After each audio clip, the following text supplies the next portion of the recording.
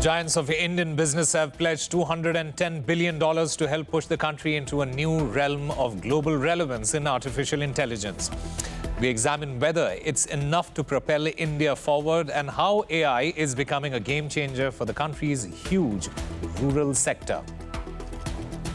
Experts are saying that it's a tool that could change farming forever, and that more than 100 million people employed in the farming sector are expected to benefit. Donald Trump brings his board of peace for Gaza together in Washington, D.C. But the chairman is issuing threats in the Middle East, while Israel violates a ceasefire.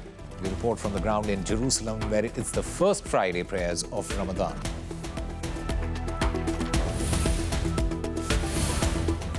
Trouble in paradise. A cluster of islands in the Indian Ocean driving a wedge between old allies.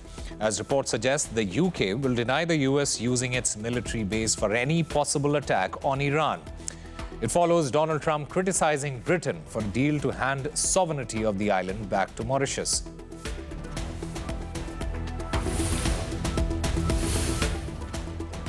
Also, we'll look into the digital arrest scam that's stolen $6 billion from unsuspecting people in India in just 5 years. Find out how to protect yourself and what to look out for this hour.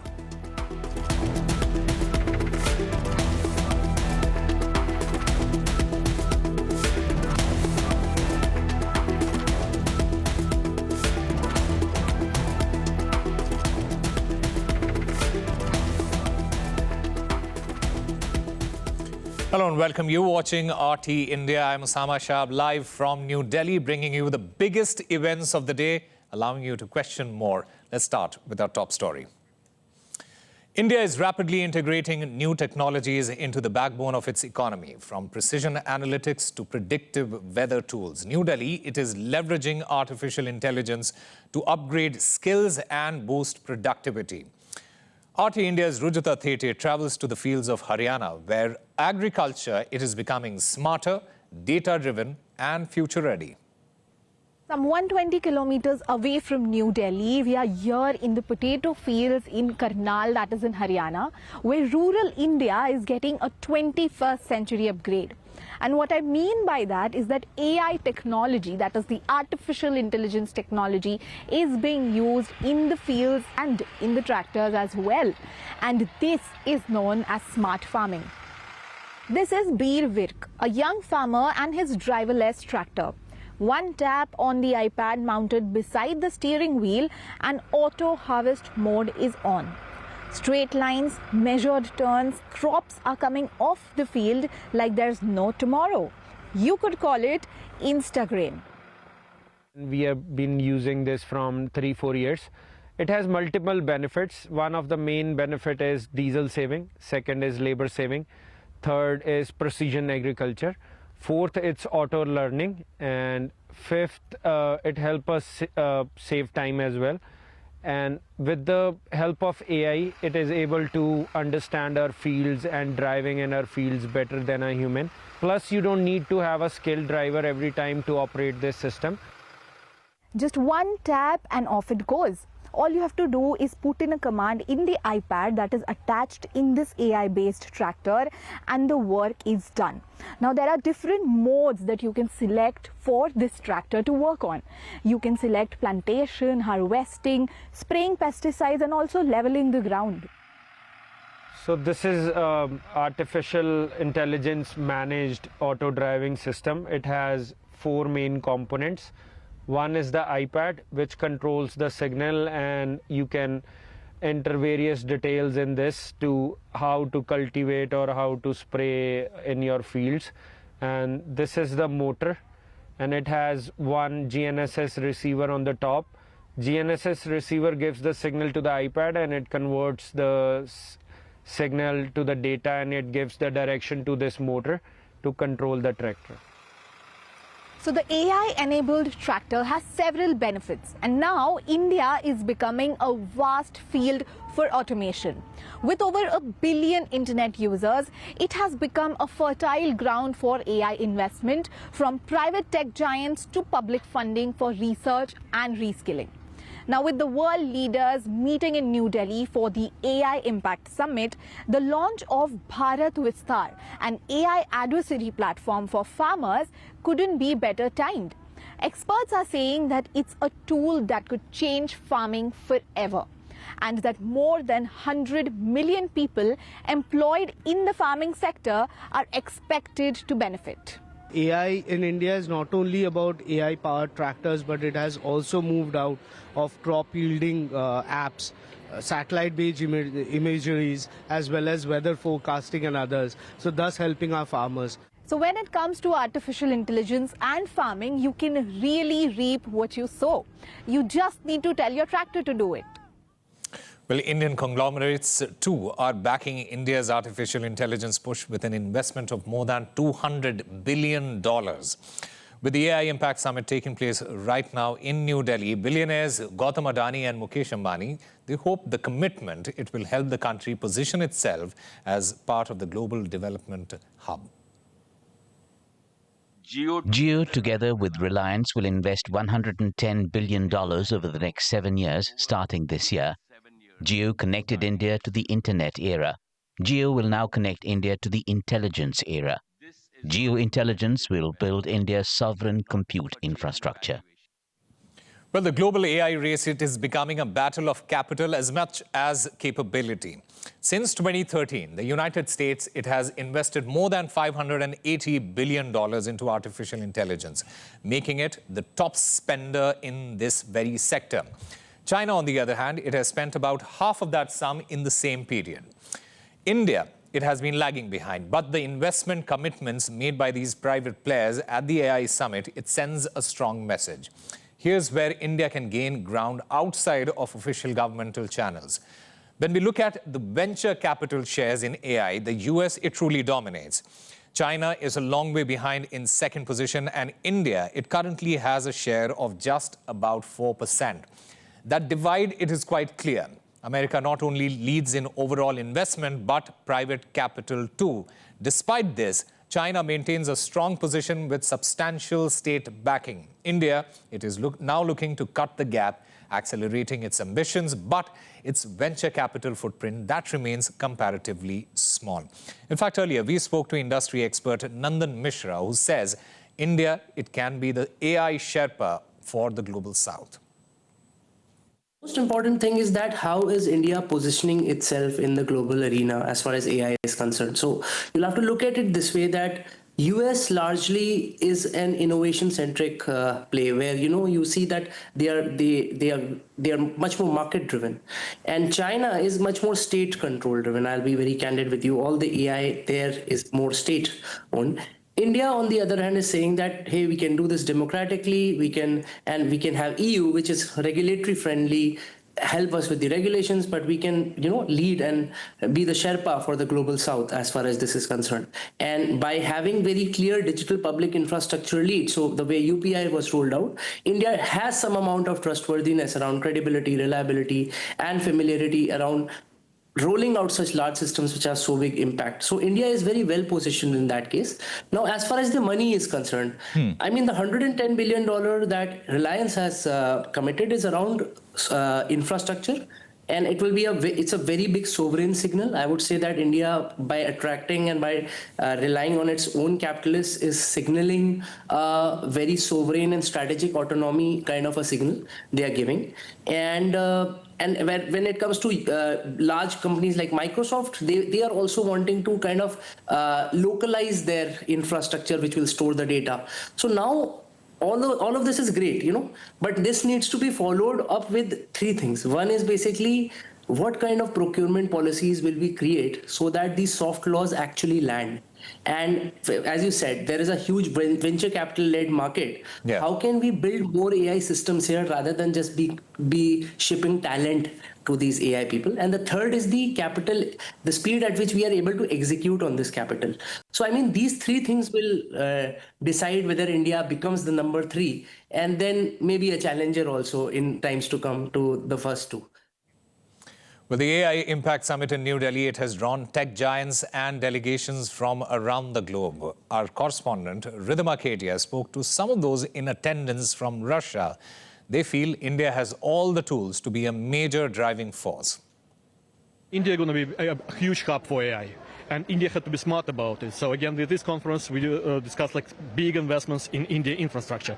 Like Google said, 15 billion in creating a biggest AI hub inside of India. But Google added, and plus 2 billion in renewable infrastructure that's going to help this to survive.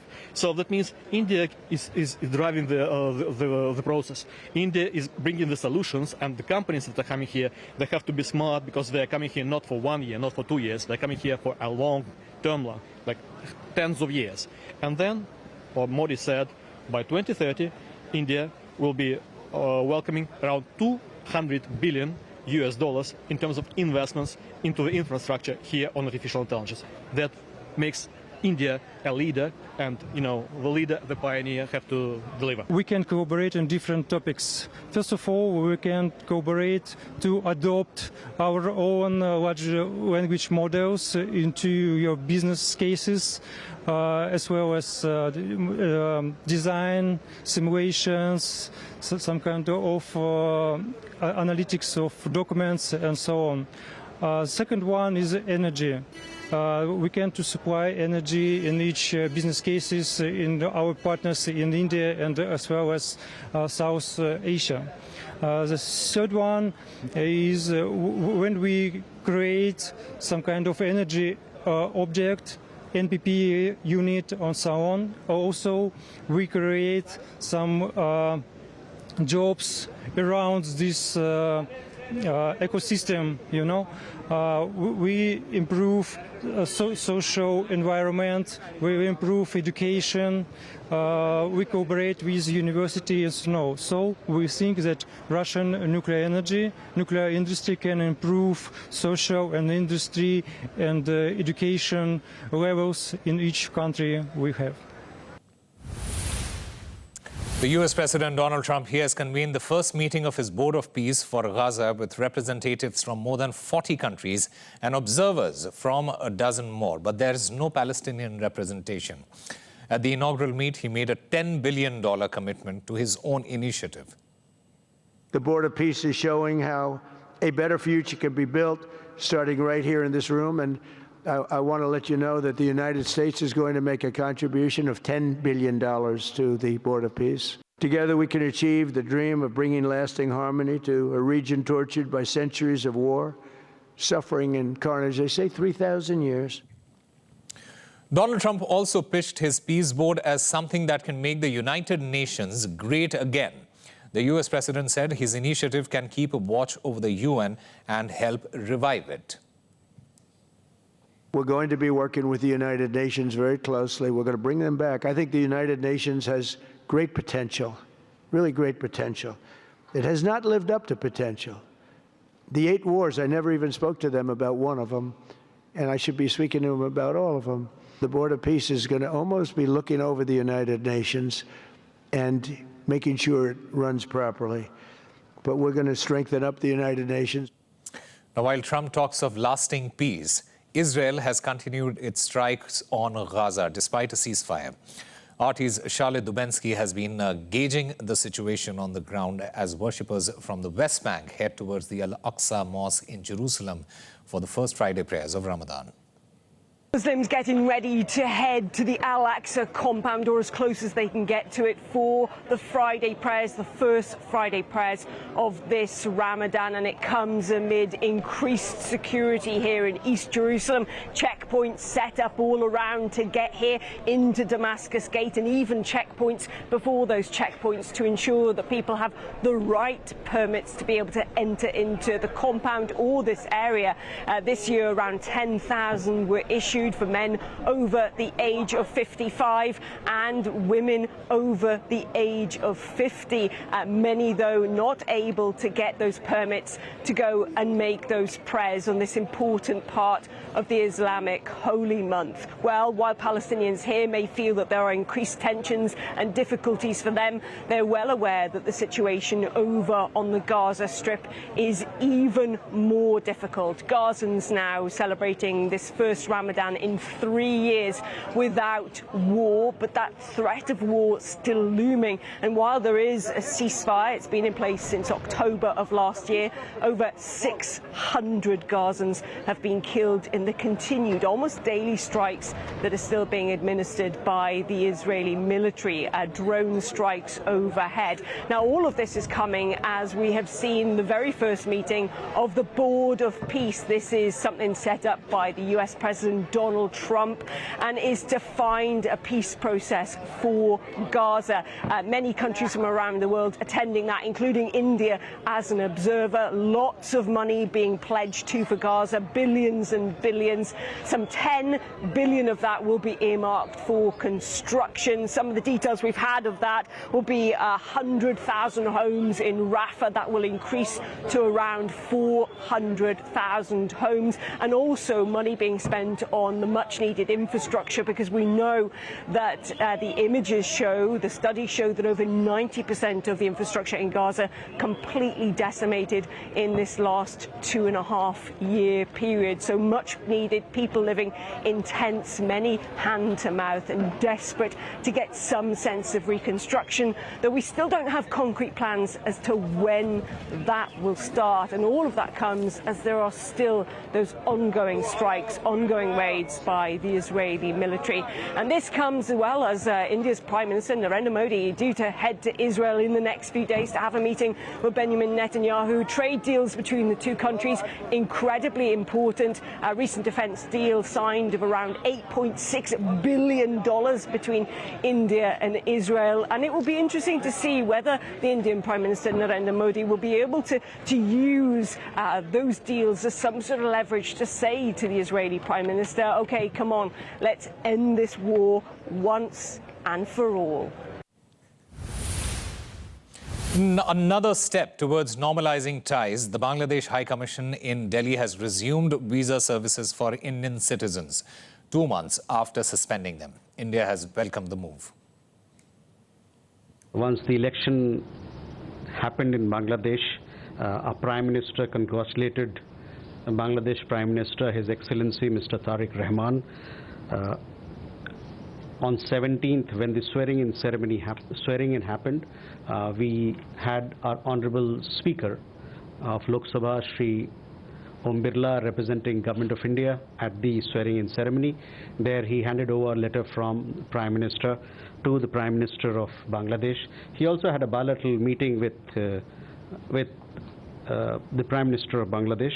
The letter that was handed over underlined India's commitment to support democratic, progressive and inclusive Bangladesh. As you know, that we have conveyed a desire to build and strengthen our bilateral ties. We have a new government which has come in.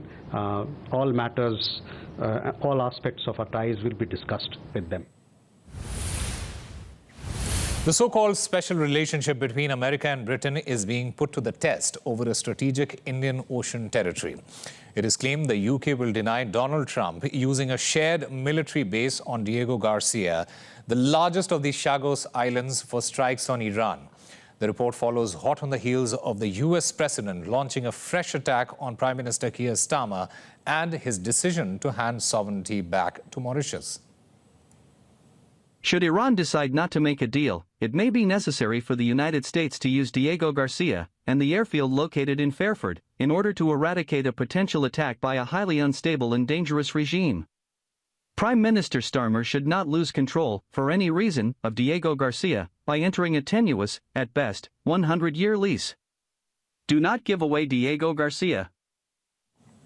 Well, the rift between Washington and Westminster over the Chagos Islands has reportedly entered a new phase after months of mixed messages that is emanating out of America.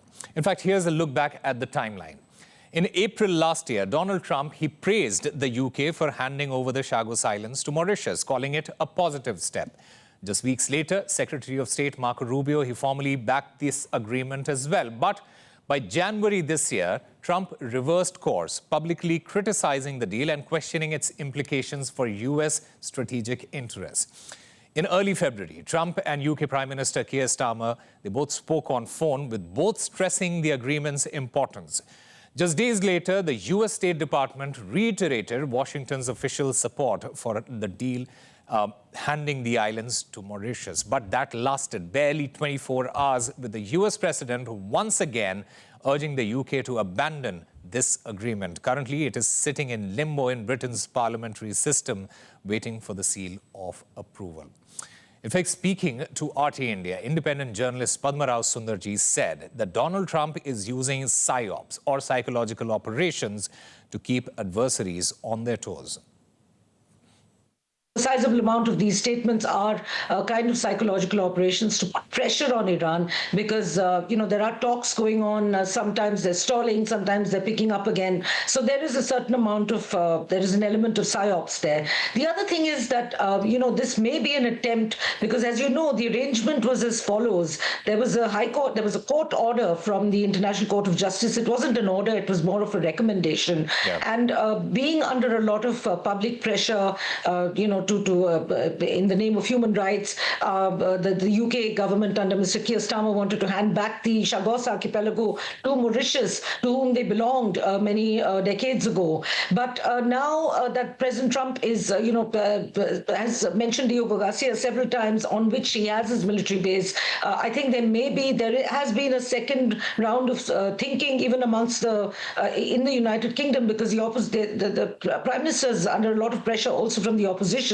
in the UK to rethink the decision. Now, but what kind of rethinking is necessary here? What President Trump is really saying is he's focusing on the island of Diego Garcia, even though he says, that there would be a security risk overall if there were other people left on the Chagos archipelago. But I see a way out for the UK could be to sort of renegotiate the deal with Mauritius and perhaps not promise to hand all of the islands back, including Diego Garcia, and then lease back Diego Garcia from Mauritius. That is what President Trump is trying to avoid. So I think there may be a way out if the UK government launches fresh negotiations with Mauritius on the rest of the archipelago, while keeping Diego Garcia out of the deal. Well, Donald Trump has issued a brand new ultimatum to Iran if it doesn't come to the table very soon over its nuclear program. Take a listen. We're either going to get a deal or it's going to be unfortunate for them. I would think that would be enough time, 10, 15 days, pretty much maximum. Now, despite the White House insisting its commitment to diplomacy, Washington has significantly increased its military presence in the Middle East and doubled down on threats. RT correspondent Caleb Maupin picks up the story.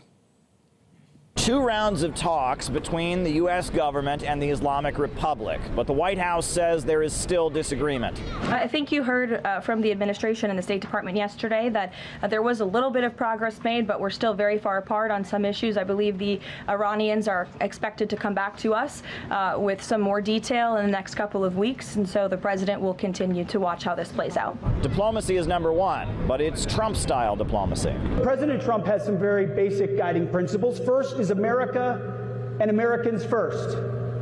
America and her security, her citizens, and her workers first, which is long overdue. The second principle, front and center, peace through strength. At the War Department, we are the Strength Department.